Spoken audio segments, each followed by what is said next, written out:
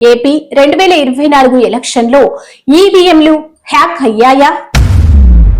AP 2024 ఎలక్షన్లో voting శాతం రాత్రికి రాత్రి పెరగడమే అనుమానమా? ఏపీ 2024 ఎలక్షన్లో ఈవీఎం ఓట్ల కన్నా 30,000 ఓట్లు ఎక్కువగా ఎలా వచ్చాయి? ఏపీ 2024 ఎలక్షన్లో నిజమైన ఓట్లన్నీ వైసీపీకి 100 స్థానాలు వచ్చావా?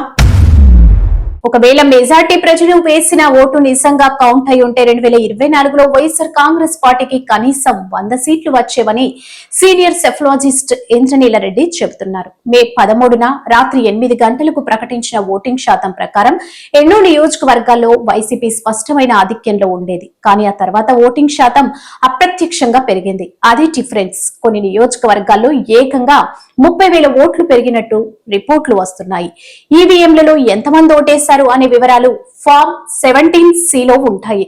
అదే కౌంటింగ్ సమయంలో ఇచ్చే ఫామ్ 20C తో కలిపి క్రాస్ చెక్ చేయాలి. కానీ ఇప్పటిదాకా 20C డేటా అప్లోడ్ చేయలేదు. ఒక నియమం ప్రకారం కౌంటింగ్ జరిగిన వెంటనే 10 రోజుల్లోపు ఈ డేటా ప్రకటించాలి.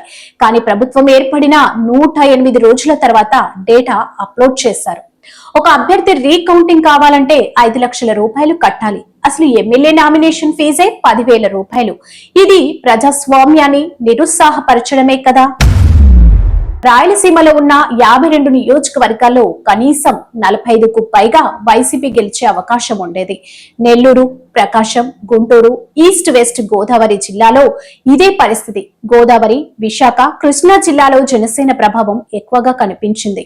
ఇక్కడ ఎన్డీఏ అధికారం గట్టిగానే కనిపించింది. అయితే అసలు ప్రశ్న, పెరిగిన ఓట్ల వివరాలు అవి ఒకే అభ్యర్థికి ఎలా వచ్చాయి?